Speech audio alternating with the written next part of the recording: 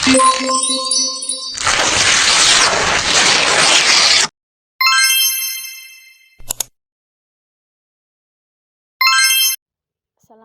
warahmatullahi wabarakatuh. Perkenalkan, nama saya Selina Ningsi dengan NIM B1B1222046.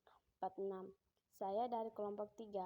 Kelompok saya membahas tentang analisis pekerjaan. Baiklah, marilah kita mulai dari pemateri pertama.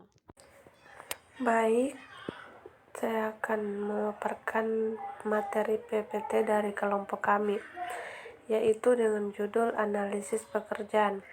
Analisis pekerjaan disebut dengan istilah job analysis. Dalam bahasa Indonesia, diterjemahkan langsung menjadi analisis pekerjaan. Analisis pekerjaan yang dimaksud di sini merupakan salah satu fungsi penting dalam manajemen sumber daya manusia untuk menempatkan orang yang tepat pada posisi yang tepat. Selanjutnya ada tujuan analisis pekerjaan. Yang pertama itu menentukan kemampuan dan keahlian unit yang dibutuhkan di setiap posisi dalam perusahaan. Yang kedua, menentukan karyawan seperti apa yang dibutuhkan untuk melakukan suatu pekerjaan, tugas dan tanggung jawab dalam melakukan pekerjaan sesuai dengan yang diinginkan oleh manajemen perusahaan. Baik, selanjutnya adalah tujuan dilakukannya analisis jabatan. Yang pertama adalah rekrutmen dan seleksi atau recruitment and selection. Kedua, menilai kinerja karyawan atau performance analysis. Ketiga, pelatihan dan pengembangan atau training and development. Dan yang keempat adalah manajemen kompensasi, management compensation. Kemudian selanjutnya adalah manfaat analisis pekerjaan. Manfaat analisis pekerjaan adalah memberikan informasi tentang aktivitas pekerjaan, standar pekerjaan, konteks pekerjaan, persyaratan personalia, dan perilaku manusia serta alat yang digunakan. Baik, selanjutnya, langkah-langkah mengadakan analisis pekerjaan. Yang pertama yaitu menentukan penggunaan hasil informasi dan hasil analisis pekerjaan. Yang kedua, mengumpulkan informasi tentang latar belakang seperti bagian organisasi, bagian proses, dan uraian pekerjaan. Yang ketiga, seleksi wakil, jabatan yang akan dianalisis. Dan yang terakhir atau yang keempat, mengumpulkan informasi analisis pekerjaan atau aktivitas pekerjaan, perilaku karyawan yang diperlukan, kondisi kerja, dan syarat yang diperlukan. Selanjutnya yaitu langkah-langkah mengadakan analisis pekerjaan. Langkah-langkah ini terbagi menjadi 3, yaitu yang pertama, meninjau informasi dengan pihak yang berkepentingan untuk memverifikasi informasi yang diperoleh. Yang kedua, menyusun uraian pekerjaan dan spesifikasi pekerjaan. 3, meramalkan atau memperhitungkan perkembangan perusahaan.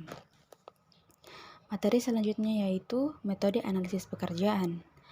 Desaler tahun 2013 menyatakan bahwa terdapat 4 metode dalam mengumpulkan informasi analisis jabatan, yaitu yang pertama, wawancara, kedua, kuesioner, ketiga, observasi, dan keempat, buku harian.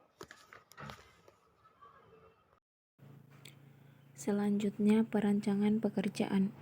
Perancangan pekerjaan merupakan pengembangan dari analisis pekerjaan terkait dengan upaya memperbaiki efisiensi, efektivitas, dan produktivitas perusahaan dan kinerja karyawan.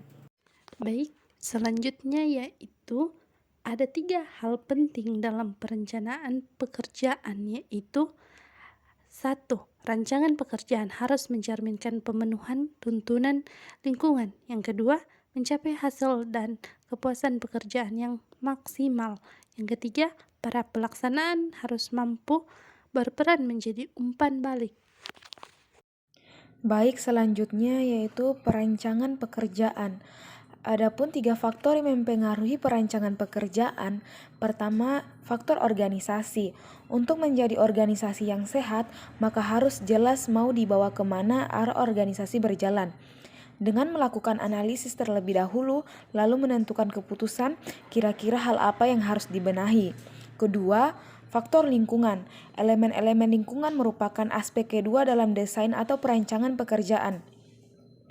Para perancang pekerjaan tidak dapat mengabaikan pengaruh lingkungan eksternal.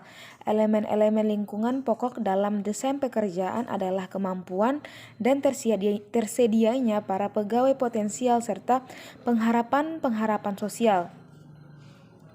Ketiga, faktor keperilakuan. Menurut Handoko, elemen-elemen keperilakuan perlu mempertimbangkan beberapa aspek dalam desain pekerjaan. Yang pertama itu, otonomi mempunyai pengertian bahwa dalam melaksanakan tugas-tugas dan tanggung jawab atas pekerjaan. Yang kedua, variasi pekerjaan. Variasi pekerjaan yang baik, maka tingkat kebosanan dalam melaksanakan tugas akan dapat ditekan. Apabila seseorang pegawai telah merasa bosan, maka timbul rasa lelah. Kelelahan yang berlanjut akan mengakibatkan kesalahan dalam melaksanakan tugas. Umpan balik. Yang ketiga, umpan balik bila pekerjaan yang dilaksanakan pegawai memberikan umpan balik tentang seberapa baik pelaksanaan pekerjaan mereka, maka para pegawai akan mempunyai pedoman dan motivasi untuk melaksanakan pekerjaan dengan lebih baik. Baiklah, selanjutnya kita akan membahas sedikit tentang jurnal internasional yang bersangkutan dengan analisis pekerjaan, yaitu Training and Employment Performance in Company, yaitu berfokus pada pengetahuan dan keterampilan pekerja yang diperoleh melalui pelatihan telah menjadi penting dalam menghadapi perubahan teknologi, produk, dan sistem yang semakin cepat.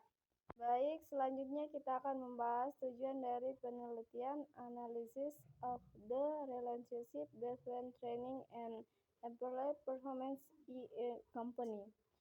Tujuan penelitian ini adalah untuk menganalisis hubungan antara pelatihan dan kinerja karyawan di sebuah perusahaan. Fokusnya terutama pada penelitian yang diterbitkan di banyak jurnal nasional maupun internasional yang berreputasi yang sesuai dengan kajian pada artikel ini, yakni manajemen sumber daya manusia. Selanjutnya adalah dampak pelatihan pada kinerja perusahaan. Dalam bagian ini sudah banyak studi yang telah memperkirakan dampak pelatihan pada kinerja perusahaan dengan menggunakan data tingkat perusahaan dari sampel besar perusahaan dilaporkan. Keuntungan dari studi sebelumnya adalah dapat diregionalisasikan ke perusahaan lain, sedangkan studi kasus tidak dapat mengungkapkan masalah secara umum. Kerugian dan keterbatasan ukuran subjektif. Kerugian dari ukuran subjektif adalah bahwa hasil penelitian tidak sebanding di seluruh perusahaan dari waktu ke waktu dan bergantung pada banyak asumsi. Keterbatasan ukuran subjektif kinerja. Penelitian lain telah menggunakan kumpulan data tingkat perusahaan dalam standar regresi fungsi produksi untuk memperkirakan dampak penelitian terhadap kinerja perusahaan. Mereka telah mengukur kinerja perusahaan dengan penjualan menggunakan data National Center on the Education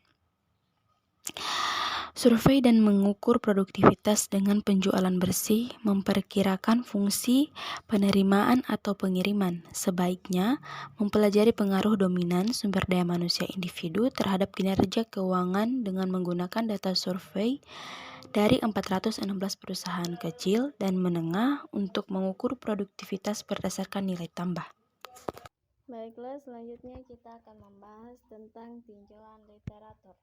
Tinjauan literatur adalah tentang pelatihan karyawan dan pengaruhnya terhadap kinerja di perusahaan, dan mengembangkan dan mengusulkan kerangka kerja untuk menganalisis pelatihan dan masalah kinerja perusahaan, atau menilai kelebihan dan kekurangan dari banyak penelitian sebelumnya. Misalnya, desain penelitian, pengukuran variabel dan kinerja perusahaan atau metode estimasi, untuk menyarankan arah untuk penelitian di masa depan dan meningkatkan akurasi hasil penelitian di masa depan tentang topik ini. Artikel ini mereview hal penting dan mengusulkan kerangka kerja untuk menganalisis pelatihan dan masalah kinerja perusahaan. Data dari penelitian sebelumnya digunakan untuk menilai pengaruh pelatihan terhadap kinerja perusahaan. Baiklah, saya akan melanjutkan materi kami, yaitu kekuatan penelitian. Yang pertama, teori dan model analisis yang digunakan tepat. Yang kedua, Bahasa yang digunakan oleh penulis mudah dipahami, maksud dan tujuannya oleh pembaca. Analisisnya sangat rinci dan mudah dipahami. Yang ketiga, penulis detail dalam memberikan hasil yang didapat dalam melakukan penelitiannya.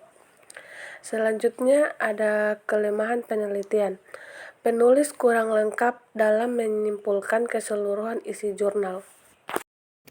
Selanjutnya, di sini saya akan membacakan kesimpulan dan saran. Kesimpulan dari materi ini yaitu analisis pekerjaan disebut dengan istilah job analysis. Dalam bahasa Indonesia diterjemahkan langsung menjadi analisis pekerjaan.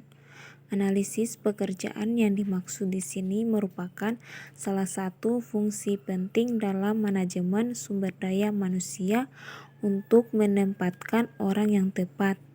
Tujuan dari analisis pekerjaan adalah untuk menentukan kemampuan dan keahlian unik yang dibutuhkan untuk melakukan suatu pekerjaan, tugas, dan tanggung jawab dalam melakukan pekerjaan sesuai dengan yang diinginkan oleh manajemen perusahaan. Adapun sarannya yaitu analisis pekerjaan hendaknya dijalankan dengan sebaik mungkin mengingat begitu pentingnya peran dan fungsi sumber daya manusia dalam rangka pencapaian tujuan yang ditetapkan organisasi atau perusahaan di masa yang akan datang.